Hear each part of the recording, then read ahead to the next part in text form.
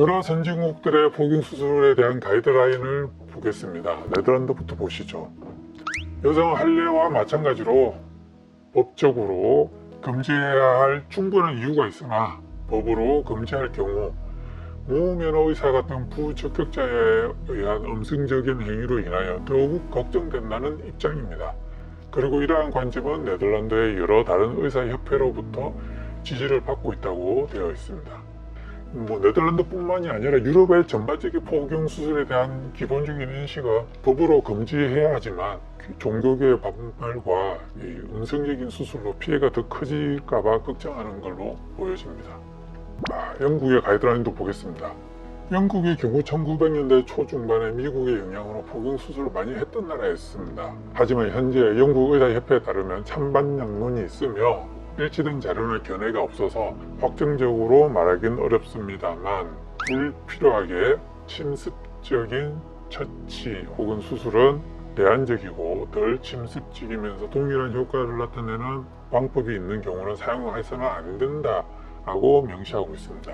의사들은 최신 지견을 유지하고 침습적인 처치를 하려는 결정은 가장 유효한 증거에 기초하여야 한다는 것은 중요하다. 그러므로 효과적이면서 덜 침습적인 다른 방법이 있는데 치료적 이유로 포경수술을 한다는 것은 비윤리적이고 부적절한 것이다 라고 명시했습니다. 그리고 과거의 잘못된 지식으로 인한 포경수술에 대한 반성과 실제 포경수술의 적극적은 거의 없다라고 조언합니다. 제가 공부를 해보니 미국의 한 소아과 전문의는 이런 말을 했더라고요. 자신은 평생 동안 단 한 명의 포경수술 적응증을 본 적이 없다 라고 표현할 정도였습니다. 이런 걸 고려해보면 우리나라의 포경수술은 99%는 적응증으로 수술하는 게 아니라 그냥 마구잡이로 하고 있다는 말입니다.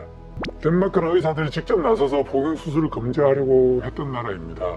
덴마크 의사협회는 남성 포경수술이 인권 침해이자 신체 훼손이라고 말하며 몇 년에 걸쳐 포경수술 금지 성명을 내고 촉구를 하면서 강하게 밀고 나갔습니다. 2018년엔 국민 5만 명의 서명으로 공식적으로 덴마크 국회에서 포경수술 금지 법안이 검토되었다는 소식도 들었습니다. 유럽의 또 다른 국가 아이슬란드를 보시죠. 2018년 미성년자 포경수술은 금지되어야 한다며 법안 도입을 논의했습니다. 핀란드 역시 미성년자 포경수술은 권장하지 않지만 만약 포경수술을 하더라도 반드시 미성년자 본인의 동의가 필요합니다. 스웨덴의 경우 전 세계에서 최초로 유대 파워의 극심한 반발에도 불구하고 포경수술 관련 법을 제정한 나라입니다. 2001년 10월 1일부터 포경수술은 의료인에 의해서 통증 완화를 받아야만 시행할 수 있는 법안을 만들었습니다. 그런데 이것조차도 세계 유대인 공동체들의 강한 비난과 반발을 받아야만 했습니다.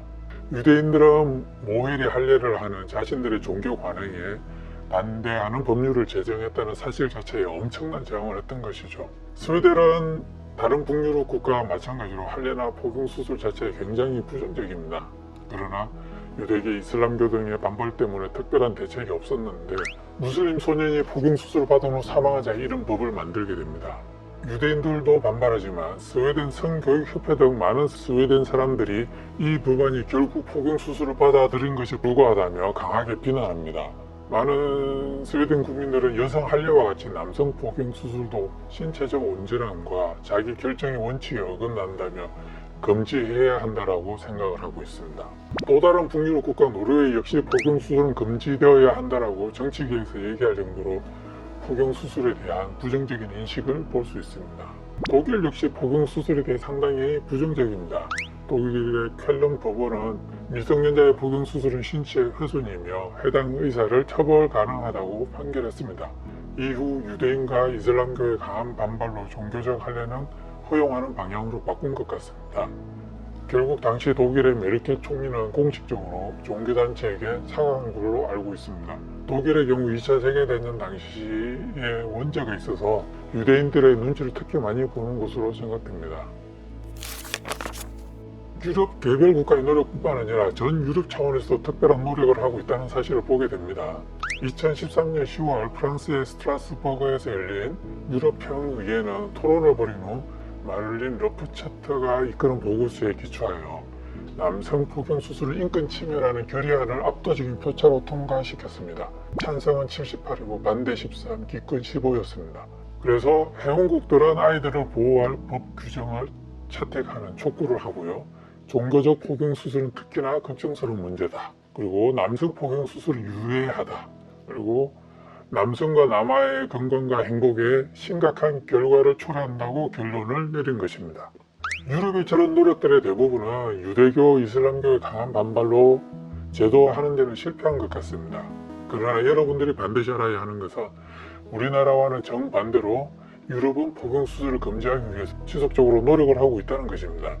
우리나라 비뇨기과 전문의들이 주장하는 것처럼 포경수술이 그렇게 남성의 건강을 위해서 좋은 것이라며 왜 유럽은 저렇게 반대하고 있는 것일까요?